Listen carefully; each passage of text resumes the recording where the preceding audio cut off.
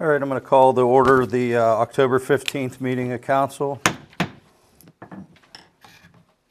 We're going to do the Pledge of Allegiance. All in order. Okay.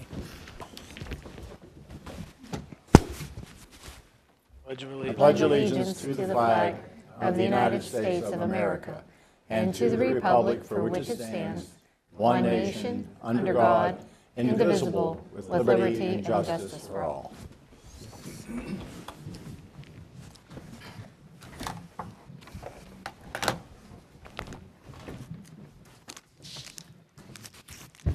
Can we do a roll call? Mr. McKenna, Here. Mr. Olszewski, Here. Mr. Lemak, Here. Mr. Stepanovich, Here. Mr. Diakopoulos, Here. Mr. Dice, Mrs. Ling, Present. Mayor Sinan. Here. All right, any unlisted amendments? None for this evening. All right. Consent calendar items. Can I get a motion to approve the consent calendar item? Motion to approve the consent calendar items. Second. Carl and Jamie. All in favor? Aye. Opposed? None. Comments by Mayor. Mayor Sinan? Thanks, Mr. McKenna. Firstly, the leaves are falling, and to schedule a pickup, the first pickup is Saturday, October 19th. To schedule the pickup, you have to fill out the curbside leaf collection program form on the website. There's a 20-bag limit each collection date. The deadline to sign up for each date is the Thursday before the pickup date. I'll keep announcing these, but the second one is going to be November the 9th. Next, we have the old William Penn Highway Bridge closer, thereby in the vicinity of Myers Hardware between there and Hills Church. It's going to be closed to approximately right around Thanksgiving, a little bit after Thanksgiving. The posted detour will follow the route of Klein Hall and Hills Church Road. If you have any further questions, call here. Our number, ask for the engineering department, 114. I know many of you probably have some other tricks to get around it. You're the locals, and you figure out a better way, go right ahead and use it. Lastly, Murraysville Trick or Treat is Thursday, October 31st from 6 to 8 p.m. Please drive carefully when you're out there. You know, the kids tend to just run back and forth sometimes, and probably use your high beams and creep along if you can. And that concludes my messages for this evening. All right, thank you, Mayor. Mike? Administrator comments? Just a few comments for this evening. Our paving project is complete. There are a few minor punch list items to be completed, as well as the PennDOT paving project on School Road. I know that's been a little bit frustrating for some folks. That is wrapping up. I think they just have some line painting to do there. But otherwise, those projects are all coming to completion, so that'll help open things up within the community. So that's all for this evening. All right, thanks, Mike. We're going to move to community input.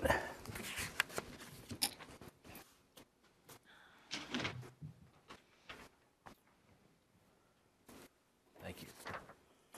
All right, Mr. Wolf. By now, everybody should know me. Ronald Wolf, 3644 Forbes Trail Drive, Marysville, 15668. I got a few beefs tonight. One of them is Forbes Trail Road is starting to become Route 22. I've been passed up doing 25 mile an hour in my neighborhood 3 times this month. I noticed, I guess the police department put up one of those signs now. This is about the 3rd time that warns you you're speeding. My main concern is I live right across the street from the intersection of Trot Haven. There's a stop sign there. Those people come down Trot Haven and run the stop sign all day long. And worse yet, the people coming down that hill are sometimes doing 40, 45 mile an hour through there. My question is, why can't there be speed humps put on Forbes Trail Drive? I see them all over Pittsburgh. I see them between the get-go and the Advanced Auto Parts or AutoZone, whichever that is up there, if they need them there, why can't we get them on Forbes Trail Road? Drive, I mean. And my third concern is the sewers. It's been going on since 2012 for me now. And I got another little article in the paper about another place that's got money as a grant to fix their problems. I still don't understand where the sewer authority's coming from, that they haven't done anything with the main line on Haymaker Run. And from what I understand now, they've already gotten 2 bond issues for $10 million apiece. And the project that would have cost about $12 million in the 90s when the sewer system was declared garbage was about $12 million. It's up probably about $40 million now. And that's the end of my presentation. Oh, the other thing is, why couldn't there be a stop sign put at the bottom of that hill coming down from Hickory toward my house to slow that traffic down some if they can't put speed bumps there? And my other question is, why are we fixing Old 22 temporarily when it's going to cost twice the amount to do it? Because next year you're going to do it over again? Is that my guess? I don't know if that's on that. This is a temporary fix, supposedly, to just bring the weight level up? That's correct. It is a temporary fix. We don't have funding in place to do the full repair. So yes, it's a short-term repair to make sure that we can get traffic through there, specifically school buses and some of the oversized loads. Okay. And just to address, if council will allow, stop signs aren't designed to be speed control devices. We could certainly look at the installation of a stop sign in various locations within the community. But just to be clear, stop signs are not designed, according to PennDOT standards, they're not to be used for speed control. And as far as speed bumps go, again, I understand the concern. We get that feedback quite a bit. If we were putting speed bumps everywhere people requested them, we'd have them all over quite a few parts of the community. The big difficulty there, amongst other things, is for plow trucks and winter maintenance. So there are a lot of different factors that go into that. I understand the concern. We get that question quite a bit. But just to address some of the concerns. Well, if they put them all over Pittsburgh and they have snow plows there, I don't know why they can't put them here. And also just... Of course, they don't do too good a job of maintaining the streets there either. That may be. They've never done. And also, as it relates to the Advanced Auto GetGo, that's a private drive there, and so they can install them if they wish. Just just to kind of clear that up. But you're pretty much telling me that the speed humps are out. Probably out, but again, it's something that can be looked at. I think maybe more likely would be a stop sign, but even still, according to PennDOT specs, stop signs are not to be used for speed control. I know that sounds kind of counterintuitive. There's one down the other end of the street from me I know that's what it's for there. Well, it may very well be, but again, that's pretty much they run that one too. no problem. I've been there. I see them go through there all the time. Sure. Thanks for your time. Thank you, Mr. Wolf. We'll follow up with the chief and talk to him. I never got an answer to this one. Why can't the sewer authority be made to have the meetings here and televised? Is there some kind of ruling that they can't be forced into doing that here? The Sewerage Authority Yeah. is a separate entity. They decide where they have their meetings. We don't get to tell You them can't what- do anything about that. Right, we don't get to Well, you tell can them. appoint the board, I know that We much. appoint the board, 1 member per year, 5 members. Appoint me next year. Thank you, Mr. Wolf. Thanks, Mr. Wolf. Next, we have Danny Westfall. Hi, it's my 3 first minutes, time thank you. here. I'm Danny Westfall. Do I give you my address? Please, for the So record. my address is 3001 Hillcrest in Export PA 15632. I'm just 2 minutes away. In fact, I'm just 2 minutes away from Duff Park, and I visit that park 3 to 5 times a week. And its proximity was a key factor when I purchased my home. So I'm here to talk about the subsurface leasing that's happening to allow drilling underneath the park. When I first moved here, I actually would choose trails based upon how my day had gone. After a tough day at work, I'd head to Funk Bikeway, which was, it's scenic, it's easy, it allows me to unwind after work, and it makes me convinced that I'm doing something good for myself. And on lighter days, I challenge myself with Violet straight to Round Top. Over time, I noticed a difference. On Round Top, people's hellos were warmer, smiles were brighter, and the sunlight through the trees was actually pretty breathtaking if the climb already wasn't. But it dawned on me over time that it wasn't the path or the people that was different, it was actually me. Taking that tougher route, but better path, made me feel better about me, and that positive energy spread to the people around me so that our exchanges were nicer, friendlier, people would say hello more often. Now you all face a choice. You can take the easy Funk Bikeway route with this vote on the subsurface leases. There's no extra effort there.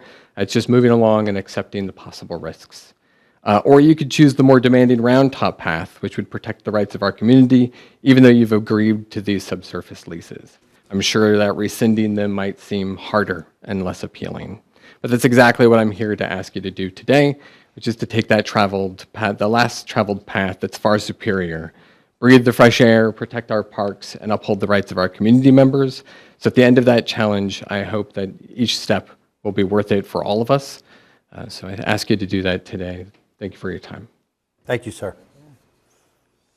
Next, we have Robert Allman.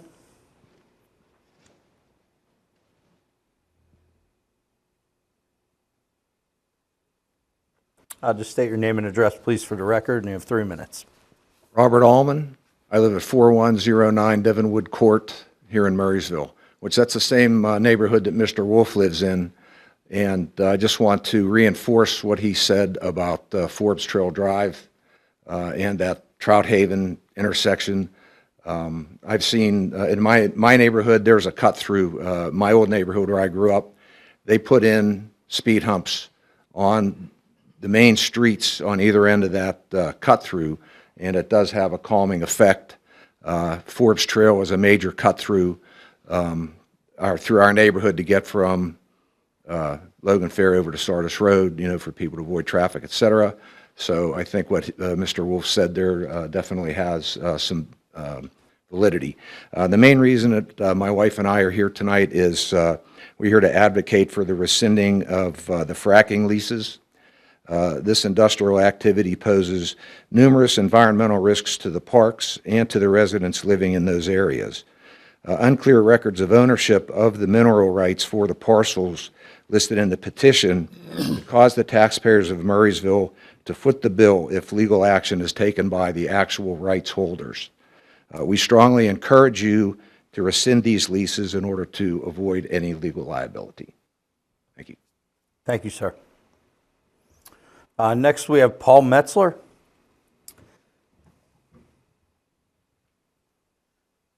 Hi, my name is Paul Metzler, 6962 Berkshire Drive, Murraysville, Mannerdale Farms. Most of you have seen me here on numerous times. It has been 2 years since I first brought a petition representing over 200 people in Mannerdale Farms about the noise on the highway. I decided to take the avenue of coming down by myself, as I did when Mayor Summers and Council was there before, to look for your support rather than bring a bunch of people in here time after time, taking up 3 minutes from everybody and taking up time here. I was hoping to get some support, but I've been here a number of times.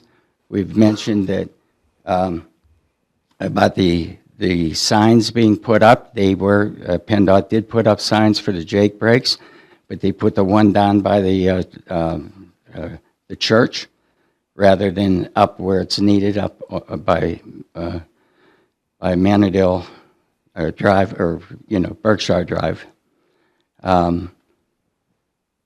So that we've asked to have that sign moved up. Nothing's been done. The signs have gone up, but there's been no enforcement of those signs. When we call the police to talk about enforcing it, they say there's no way of enforcing it. It's my understanding that those signs, when they're put up, they have the same meaning as a stop sign, and should be enforced that way. And they say, well, it's a safety issue. These trucks are coming down there, flatbed trucks with no equipment on the back of them. So hitting their Jake brakes a quarter of a mile before that red light. So it's not a safety issue. We have tandem dump trucks coming down there empty, and they put those loud Jake brakes on and run them down there. My neighbors have kids that are being woke in the afternoon because of that noise, and still nothing's being done. When we called the police, they said there's nothing they can do. The reason that they're using those Jake breakers is because they're doing in excess of 50 miles an hour coming down there. So if they can't enforce that law by enforcing the Jake brake law, start ticketing these guys. Word will get out, and they'll know that if they come through Murraysville, they shouldn't be using Jake brakes. That's the Jake brake issue. The other one is the highway noise. I've discussed it. I've brought information about regulations that are put in for noise abatement. I've asked for support. We've tried to talk with Kim Ward and have not gotten any support. I've asked council before to help me out. And anybody in this council right now, tell me what information you have for answering the questions that I put up before you.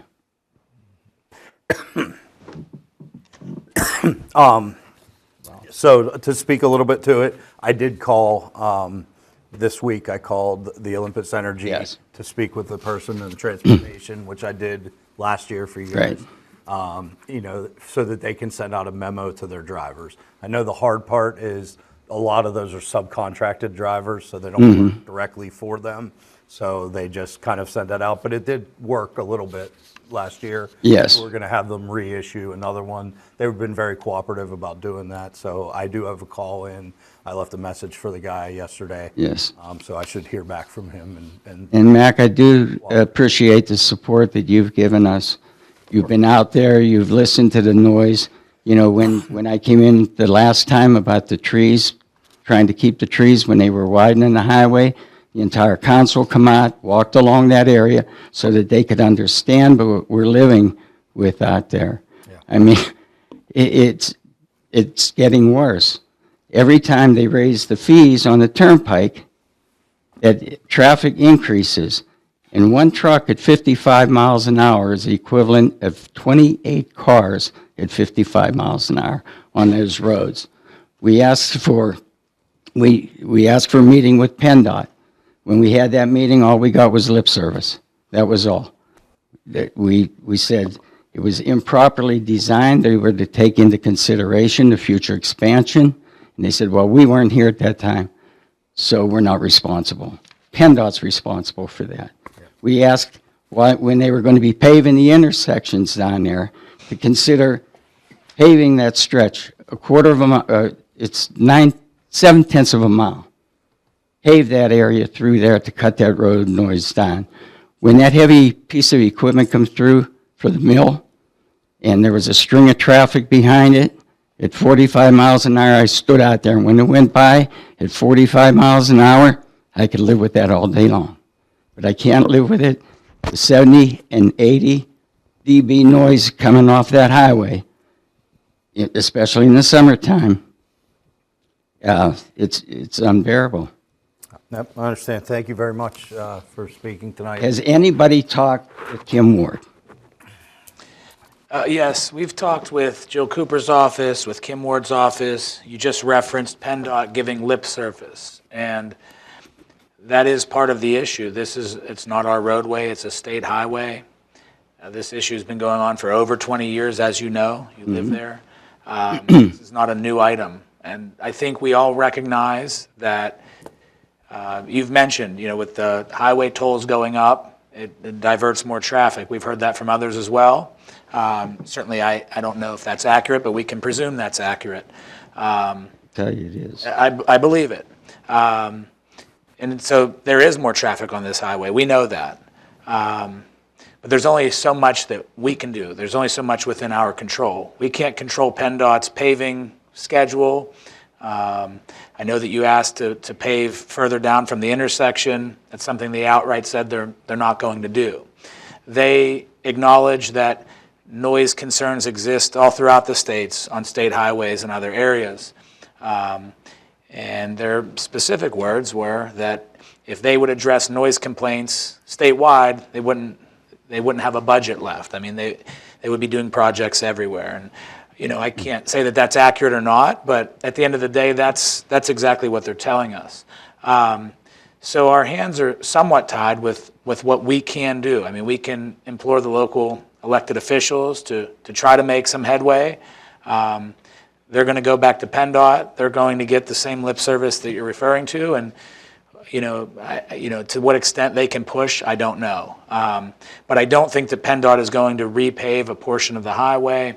I do think that when you talk about some of the enforcement, that is within our control. We can have police enforcement out there. We do regularly. Police do patrol that area. They do ticket drivers. They do pull people over. I'm not doubting what you're saying, but on one hand, saying that the trucks aren't going fast, there's no need to jake brake, but then also kind of referencing that they do speed. And I think we know that everybody speeds on that highway. That's kind of a known fact. Again, that's why we have our police deployed out there. If we acknowledge that people are speeding, that would probably include the trucks that are using the jake brakes.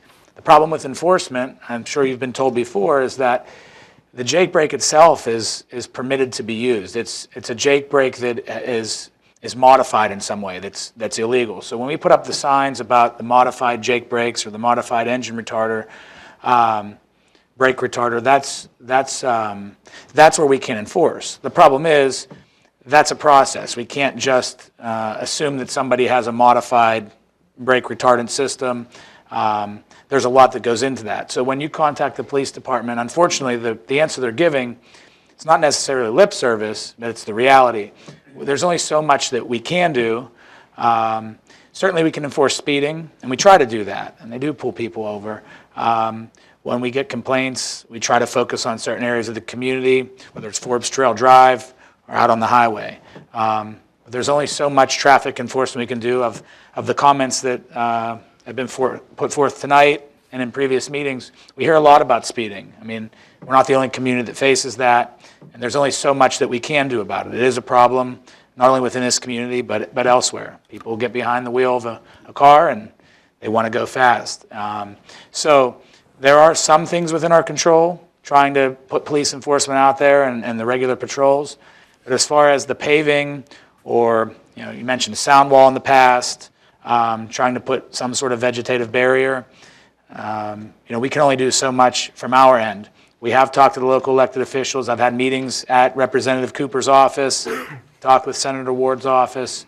They get back to PennDOT. They get a lot of feedback from them, and ultimately the feedback that we're getting is that PennDOT isn't going to change the paving. They're not going to take it from a concrete to an asphalt road. They're not going to bring it down from that intersection. They're not going to put in a sound wall. Those are just that's the feedback we're getting. And I know that you know that. I don't want to respond with answers that you're already familiar with, but that's the feedback we're getting here. Yeah, but, whenever we address the issue, when PennDOT wanted to take all the trees off the back of the property, they said no. And I've been in sales my whole life, okay?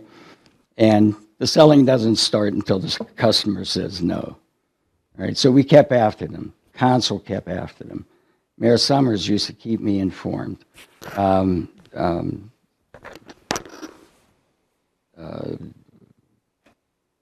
to think of her name right now, but anyhow, Senator White kept on PennDOT, and they would come out and say, okay, well, we'll leave this much of your trees. It took us a couple years, probably 3 or 4 years, to get them to move a little bit more, and then finally they said, okay, we'll put a sound wall up, or we'll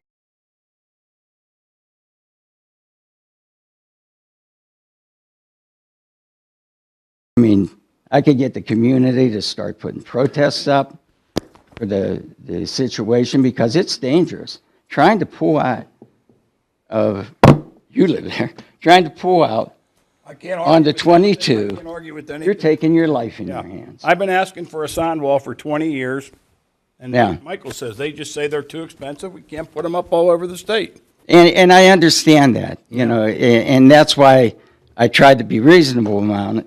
They can, and there, I have information in here that one of the ways that they can solve this issue is by putting down sound deadening, Yep. and that's PennDOT's own information. All we can do is keep asking. We're dealing with bureaucrats. I hate to tell you that. Yeah, And we will keep on that, Mr. Metzler, I promise. and that's what I'm asking for, because if it's just lying, I haven't been able to come to your meetings for a while. As you notice, I haven't been here. I had some medical issues that I had to have taken care of, but, Well, we know, appreciate it- it. We'll definitely stay on top of it, and we'll keep.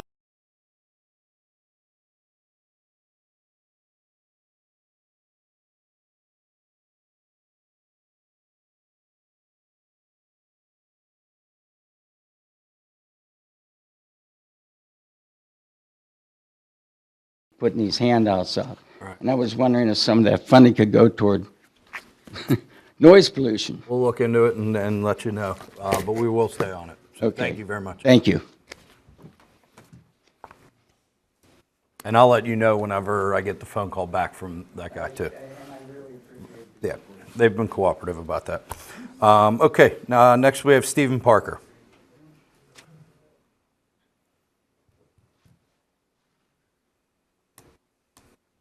Stephen Parker, 4100 Manor Oaks Court, Export, Pennsylvania 15632. I believe that the environmental time bomb under Dove Park back in December, I think you've also put the council over a time bomb in the sense of exposure to legal problems with several of the leases for those gas rights, that it's not at all clear the council had a ownership of. For the environmental part of that, it seems to me that that decision to sell those leases in December violated section C90 of the code that talks about getting an environmental impact statement before such decisions are made that affect the environment.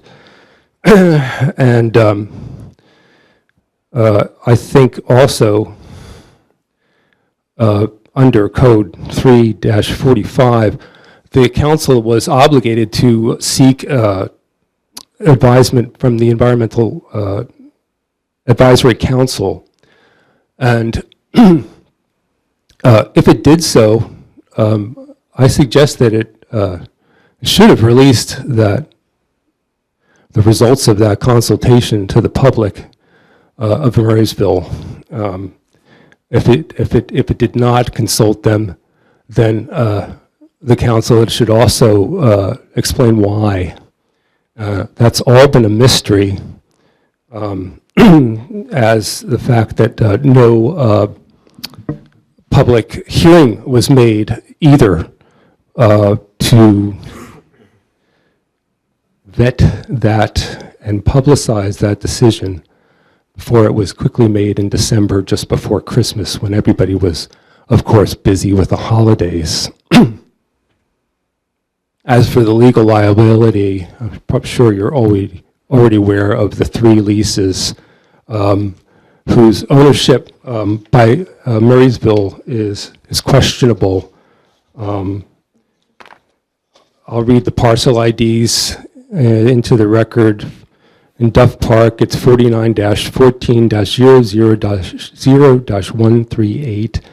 In Kovalchik Park, the parcel is 49-21-03-0-101. And in Duff Park, it's parcel 49-14-00-0-071. And I just want to leave you with the question that I've had for months now, and that is, why is the council in such a rush to serve the interests of Olympus Energy? It's still a mystery to me. And I'll just add that as the time that the decision was made in December to do this, there was no plans for the money, at least none made public, and no justification for the decision. And now that the council has exposed the community to legal liability, I hope very much you'll reconsider this, I have to say, reckless decision. Thank you. Thank you very much, Mr. Parker. Last up, we have Tom Pike. Tom, I know you're a Harrison City resident. We will allow it since you've been involved in this and you've spoken before. So I appreciate that. And yeah, actually, that was the address of Protect PT. I live in Forest Hills. Oh, okay. Just for the record, but yeah. Just state your name and your, or for the record, where. I appreciate that, Councilmember McKenna. So my name is Tom Pike. I'm a former Murraysville resident. I lived here for about 20 years. Currently, I'm an environmental policy advocate with Protect PT, which is the community organization that brought the petition before you today. We have about 40 dues-paying members in Murraysville. There were 330 signatories to the citizens petition who were Murraysville residents, and so I'm here to speak on their behalf today. And Protect PT is located at 3344 PA 130, Suite A, Harrison City, Pennsylvania 15636. So the parcels leased by Murraysville to Apex or Olympus for fracking do contain possible conflicts that may risk exposing the municipality to the liability. And that is why we circulated this petition to come talk to you about today. In Duff Park, parcel ID 4914000138. This actually isn't an issue of ownership. This is an issue of bidding process. If you look back at Olympus's bid, they didn't actually bid on this parcel. And so it can't have been leased to them. The second parcel that I want to draw your attention to is the parcel covering most of Kowalczyk Park, parcel 4921030101. An 1899 deed grants the mineral rights to a third party. It doesn't look to us as if the Kowalczyks ever owned these rights. In April of last year, this gas was leased anyway to Apex, and that could cause legal problems if the lease is not rescinded. We actually did identify the specific rights holder in this case. I'm not releasing their name publicly. We haven't reached out to them. We have no intention of representing them in any way. Our members in Murraysville made very clear that they do not want the burden of any potential litigation to fall on taxpayers, and they asked us instead to pursue a petition and come to you as partners. The last parcel that I wanted to draw your attention to is in Duff Park, leased to Olympus, 4914000071. This was owned by the Barnetts and was sold to the municipality in 1967. This is a case where we're not sure who owns the rights. And look, we're a small organization. We don't have the money to do a proper title search. We also know that Murraysville didn't do a title search, nor did Olympus do a title search based on our right to knows. Last year, what we were able to find, I will tell you the results now. We know that prior to being owned by the Barnetts, this was owned by the Haymaker family. All of you are familiar with the Haymaker family, even if you don't know them by name. That's their gas well up on your city seal. They were an entrepreneurial family that owned many gas wells. Prior to the Barnetts owning this, in 1945, there was a lease at some point because the 1945 deed states, under and subject to gas and oil lease as same appears of record. We were not able to find that, but our understanding, based on the legal advice we received, was that just because we can't find something doesn't mean it's no longer in effect. And this is the kind of thing that you would have a professional title searcher do. I'm increasingly of the opinion that there may have been something not necessarily in a deed, but possibly in a will. And there's further issues there with finding the wills due to the current status of the organization of the Recorder of Wills office, which of course is not the fault of anybody here. All this to say, we believe a title search should have been done before leasing this property.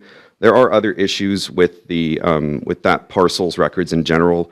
There was a deed in 1852, but that deed was, quoting the records, mislaid or destroyed and not recorded.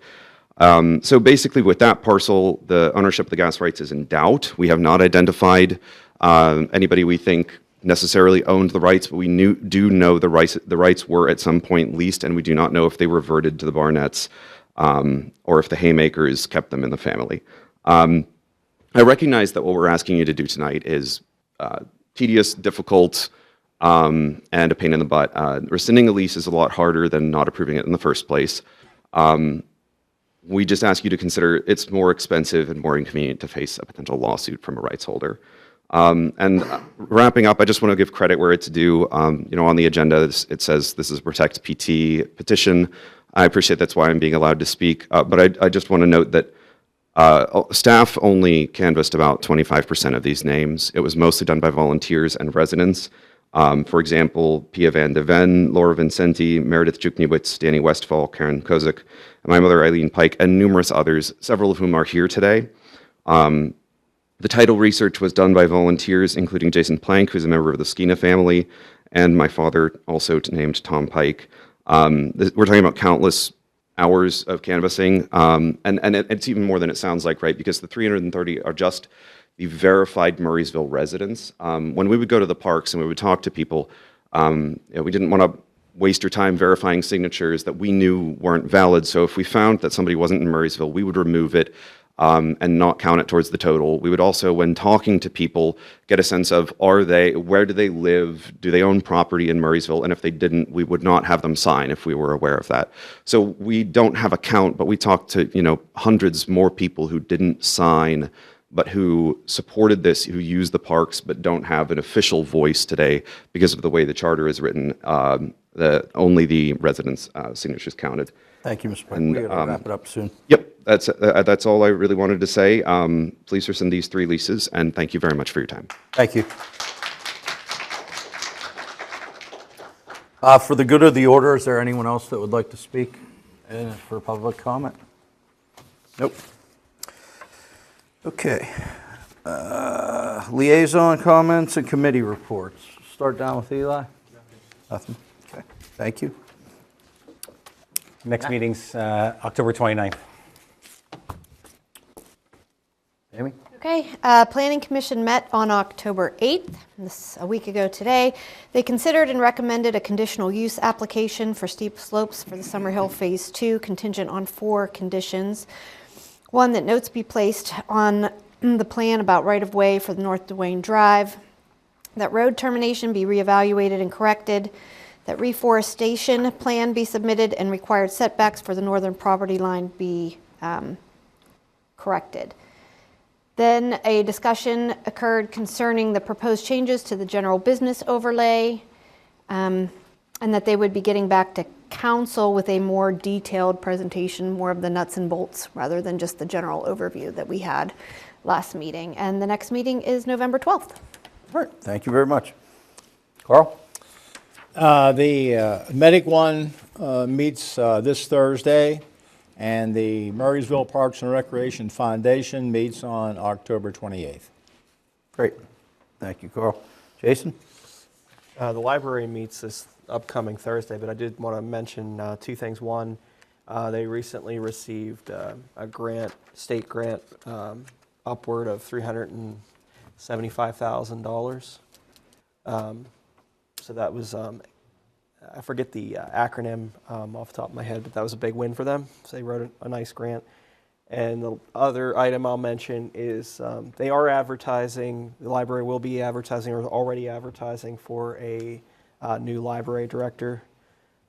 So if you know anyone or anyone's interested, they can contact the library to submit their application. Great. Thank you, Jason. For me, the Parks and Recreation Committee met last Tuesday. We had 2 scouts there. We're looking at 2 Eagle projects that are in the parks. One is crossing a creek, and they might build like a stone walkway across and whatever. So we're just kind of looking at their plans for it, and I'll keep you guys updated on any of that. And the only other thing is the mayor had mentioned the trick or treat on the trail. It's a huge event for us, so please, make sure you register if you're going, and just support them. We thank all the volunteers that are helping with that. So, and then the only other thing is we had discussion around, we had an open membership for the Parks and Recreation, so we're trying to make sure that that committee's full. They had trouble meeting the last few months just because there weren't enough people. So we want to make sure that we have that. So we're working on that. And that is it. Next, we're going to move on to the workshop items. So we have a discussion regarding the Protect PT petition. So I'll open it to Mike.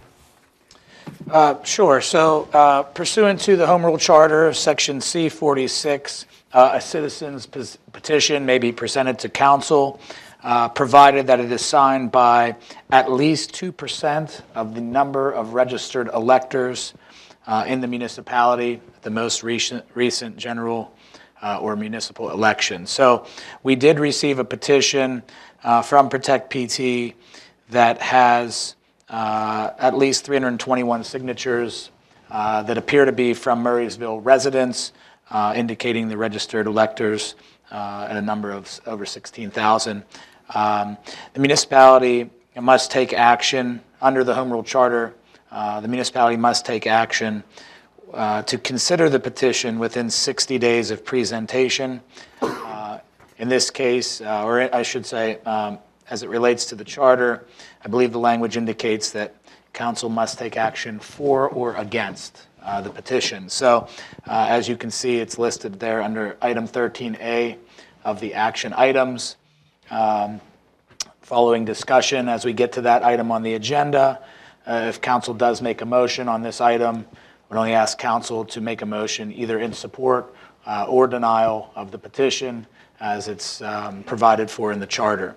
So with that said, that is the basis for the presentation of the petition and why it appears on the agenda this evening. I'd be happy to provide further information or elaborate on the aspects of this petition or provide any feedback to council as requested. I don't know if there's any, if council does have any questions. I know that this has been something that was discussed previously, and it's listed on the agenda for this evening for consideration. So we'll open it up to some council discussion. Wes, anything you want to add in regards to this? Yes, Mr. McKenna. Just like to address a few items based upon the public input. You heard reference to liability based upon title issues. I would like to advise council that we did not warrant in the leases title to the oil and gas. The quality of the title to the oil and gas is the responsibility to be determined by Olympus or Apex, depending upon which of the parks you're talking about. The only thing that we warranted in the leases was that we were not currently getting any revenue or royalties under any other leases in connection with the properties that were being leased by Apex in at the Kovalchik Park and Olympus in the Duff Park area. So there's no liability on the municipality. The liability rests on the shoulders of the drilling companies. Secondly, you know, last year we entered into contracts with the gas companies. We signed leases. They paid us consideration. There are binding contracts. It is certainly my recommendation as your solicitor that we cannot rescind the leases because we cannot put ourselves into a position of voiding or violating our obligations under the contract. We leased them the oil and gas rights that we do own, whatever they may be, and in return, they paid us compensation for that opportunity to develop the subsurface oil and gas. So, in my opinion, the liability would rest with the municipality if we voted to rescind the leases. I think at this point in time, contractually, we are obligated to follow through with the leases. All right, thank you, Wes. Kind of open it up, anyone for discussion? I, like I think all of us, was concerned on what we did receive from PT and Protect Marysville Parks, and quite frankly, based on what our solicitor has said, that the liability or the title issue, if you will, is the responsibility of the gas producers and not Marysville. So we don't essentially have liability there. I'm repeating really what's being said here. And then secondly, in that we do have leases with the two energy companies, and if we were to rescind that, I'm pretty sure we would be involved with litigation there, which would be an expense to the municipality. So it really seems like the best action would be to deny the, I guess I'm basically saying what I'm going to be doing. As far as the petition, I understand their concerns, but I think we have to protect ourselves, Marysville. Thank you, Carl. Jason, anything to comment? Go down, Jamie? I agree with Carl. I'm in agreement with everything you said. Okay. Matt, anything to add? Agreed. Yeah, I'm in alignment. I think maybe one other thing to add, and if we were to rescind, not only to what you stated, Carl, but any monies that have been transferred would be required to be paid back, correct? And I would guess yes. And remind me what that value is. $2 million, I believe. That's Over $2 million thus far in signing bonuses. I wasn't quite sure if M stood for million. I know it didn't. I looked at it, I said, million? No, it's thousand, but yeah. Sure.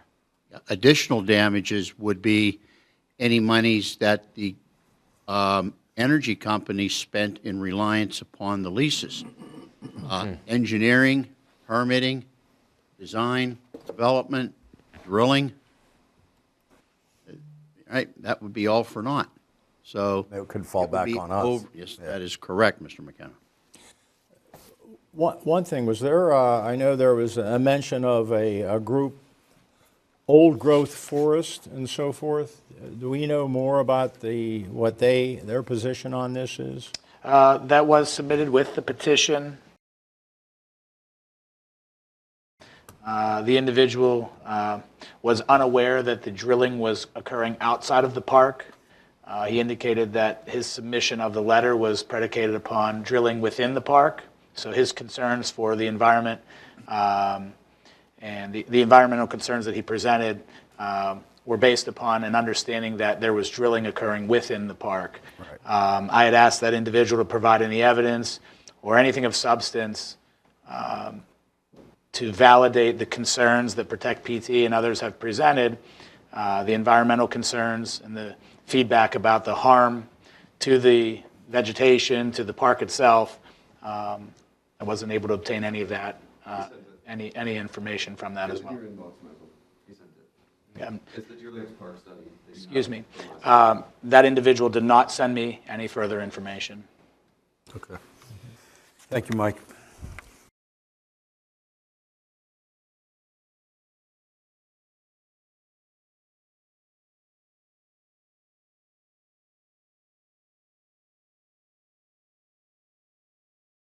Community development, nothing on the agenda there. Public Works and Parks, nothing on the agenda there. So we're going to move on to the council action items. We'll go to 13A. This is going to be the consideration in either support or denial of the citizens petition from Protect PT. So whoever does the motion, please do it one way or the other. If you're going to make a motion to deny or make a motion to support, That's what we have to, how the motion has to be stated. I'd like to make a motion to consideration in denial of the citizens petition from Protect PT. Second. All right, thank you. All in favor of denial of the citizens petition from Protect PT? All in favor? Aye. Aye. Denied. Any opposed? So it was unanimous in the consideration of the denial of the citizens petition from Protect PT. Move on to 13B, please. I'd like to make a motion to advertise to accept nominations for Murraysville Council Volunteer of the Year. Second. Thank you, Jason and Matt. All in favor of advertising to accept the nominations?